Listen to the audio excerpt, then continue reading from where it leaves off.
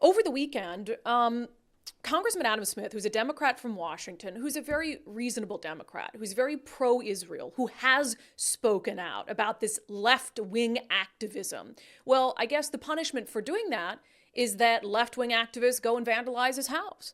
Before we get to his statement on this is from Como News.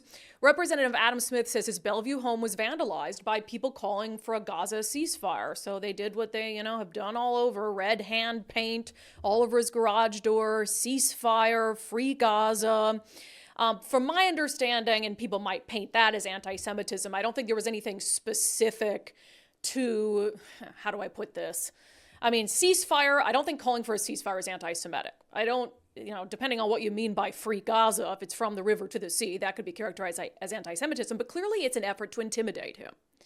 As a member of Congress, a Democrat who has spoken out and pushed back against this sentiment that Hamas and people in Palestine are just trying to be free, and that, the ends justify the means. So Congressman Smith put out a statement that I thought was very good, and that I would hope would convince any Democrats who continue to remain silent on this issue or continue to try to walk a fence on this issue to speak out. He said, last night my house was vandalized by people advocating for a ceasefire in Israel and Gaza. The attack is sadly reflective of the coarsening of political discourse in our country and is completely unwarranted, unnecessary, and harmful to our political system. Throughout the course of my career, my staff and I have continually met with groups from all parts of the political spectrum, including pro-Palestinian and left-wing activists. Did Adam Smith just use the phrase left-wing? Amen. And a little glimmer of sanity. No Democrats ever use the phrase left-wing. He said, I remain open to meeting with these groups and discussing our differences and where we can come together in a productive and peaceful way. We must engage with politics in this way and reject the rise in political violence that we have witnessed over the past several years. He says the extremism on both the left and right side of our political spectrum is a threat to a healthy, functioning democracy and has been condoned for far too long. The simple truth is that extremism on both sides is degrading our political system and must be rooted out for our democracy to be able to persist. The world is increasingly complicated and full of tough challenges that require strong leaders. I am committed to taking on these challenges, and this act of vandalism has only made me more determined to remain in politics to ensure that we resolve our differences in a peaceful way that truly reflects representative democracy. I think that is exactly the right statement to put out. I think that him acknowledging, yes, there is a left wing in this country, and the left wing is dangerous. You want to focus so much in the media, and his own party wants to focus so much on the right wing and Donald Trump, which is fine. Focus on that, any sort of political extremism. But you can't focus on that when you turn a blind eye to what has been persistent, growing, active, dangerous left-wing extremism in Seattle and beyond. So I give a lot of credit to Congressman Adam Smith for coming out and saying what needs to be said. And by the way, in early November, Adam Smith was on this show, and he did the same thing. This is before this attack on his house, this vandalism on his house. He came on this show, which I think a lot of Democrats are afraid to do, and he spoke out against this brand of left-wing extremism. Part of the problem is the extreme left-wing activist ideology, which tries to divide the world between oppressed and oppressor. And if you are part of the oppressors, your opinion, you don't matter. You are to be fought constantly. And the way they divide that is incredibly arbitrary and factually inaccurate. And yeah, I think that extremism on the left that says these are the good people and these are the bad people, that's become a much bigger feature of ideology. It's this whole effort with the more, extreme anti-racism approach that basically implies that only white people can be racist. I mean, and basically you can sort of divide it once you figure out the quote power dynamic. And if you are in what they decide to be the powerful class, you therefore have no rights. You are irrelevant. That extreme ideological way of looking at, public debate on policy issues coming from the left is very dangerous and very problematic. It is very dangerous. And the unwillingness of so many Democrats to say so is what has allowed it to grow and to fester. Adam Smith, in this political environment, in this state, deserves a lot of credit for coming on this show and saying that. And for in the face of this left-wing attack on him and his family, he deserves a lot of credit for coming out and saying that he is more committed than ever to remaining in office. Remember, Adam Smith has already been primaried by the far left for his job. He got primaried by a pro-Palestine, what I would consider anti-Israel candidate, and he won. And that's going to happen again, and he knows that, and perhaps that's why he's more willing to speak out against that faction, because he knows that no matter what he does, that faction is coming for him, is coming for his job, is coming for his seat. But I also think, and I have a lot of respect for the man, and I think he's saying what he's saying because he knows it's right, and because he's not an extremist. Meanwhile, what is his Democratic colleague Pramila Jayapal doing? The chair of the House Progressive Caucus.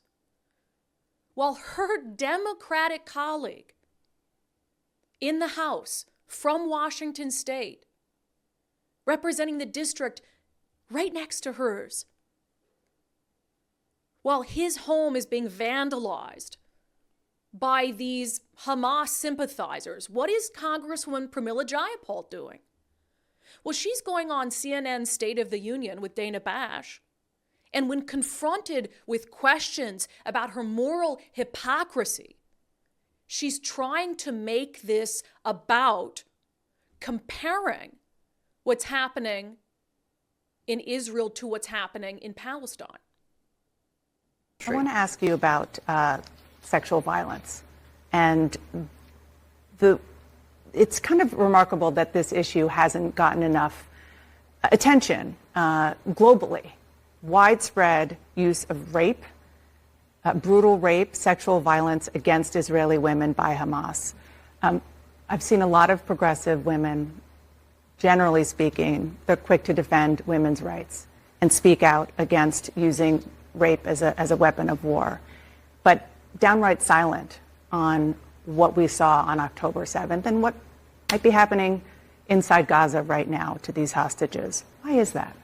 I mean, I don't know that that's true. I think we always talk about the impact of war on women in particular. In fact, I remember 20 years ago I did a petition around the war in Iraq. Have you said, saying have that, you talked about it since October 7th? Absolutely, and I've condemned what Hamas has done. I've condemned specifically all of women? the actions. Absolutely, the rape, of course. But I think we have to remember that Israel is a democracy. That is why they are a strong ally of ours. And if they do not comply with international humanitarian law, they are bringing themselves to a place that makes it much more difficult strategically for them to be able to build the kinds of allies to keep public opinion with them. And frankly, morally, I think we cannot say that one war crime deserves another. That is not what international humanitarian law says. Okay, with respect, I was just asking about the women, and you turned it back to Israel. I'm asking you about Hamas. In fact, I already answered your question, Dana. I said it's horrific, and I think that rape is horrific, sexual assault is horrific. I think that it happens in war situations. Terrorist organizations like Hamas obviously are using these as tools. However, I think we have to be balanced about bringing in the outrages against Palestinians. 15,000 Palestinians have been killed in Israeli airstrikes, 3/4 of whom are women and children. And it's horrible, but you don't see Israeli soldiers raping well, Dana, I Palestinian think women. we're not, I don't want this to be the hierarchy of oppressions. I think 15,000 people have been killed, it shouldn't Palestinians. be, which is horrible. And 2.2 million Palestinians live in a 140 square mile area, which is about the size of Las Vegas, with a population that is 4 times that of Las Vegas, and 1.8 million Palestinians right now are displaced. Imagine being asked as a woman who has been an advocate, claimed to be an advocate for protecting other women against violence, being confronted with a question about some of the worst atrocities against women that we have ever seen in a wartime situation, and giving a meek condemnation followed by however, but, and drawing some sort of equivalency.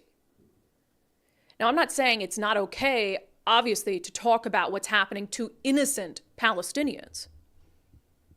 But they can be two separate conversations. You can have a conversation about the war crimes being committed against women that have been captured on video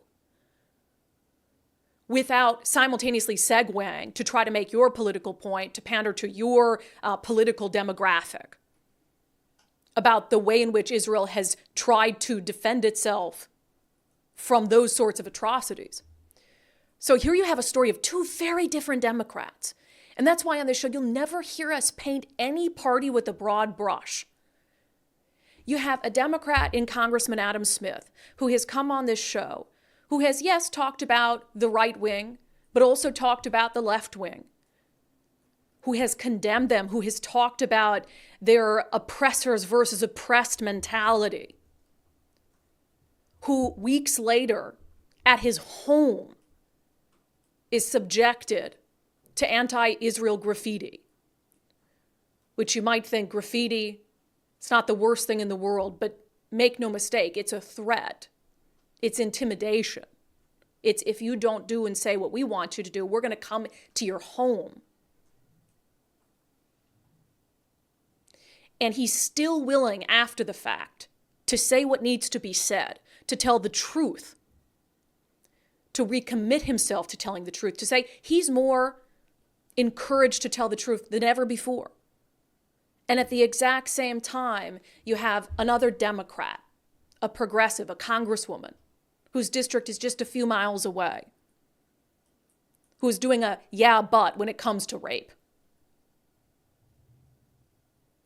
To me, this is this moment, and this is especially true in Washington state, and frankly, it's been increasingly true for the last 10 years. There is a common sense segment of the Democratic Party that needs to bifurcate itself from this far left fringe, that needs to find the courage and the moral clarity to do it and to do it quickly. We've mentioned on this show, there's never been a better time to do that. If it wasn't during the chaos of 2020, during political violence that was carried out in the name of racial and social justice, if that wasn't a good time to separate yourself morally from that faction of the party, I can't think of a better or easier, more politically palatable time to do it now when that faction of the party has taken a turn toward anti-Semitism. I give a lot of credit to Congressman Smith, and I'll tell you what, he's going to be primaried again by a progressive. And it's in a district that Republicans have no chance of winning. And so he has my support when that happens. Financially, if he needs Republicans rallied to prevent some far left extremist from getting into Congress for his district.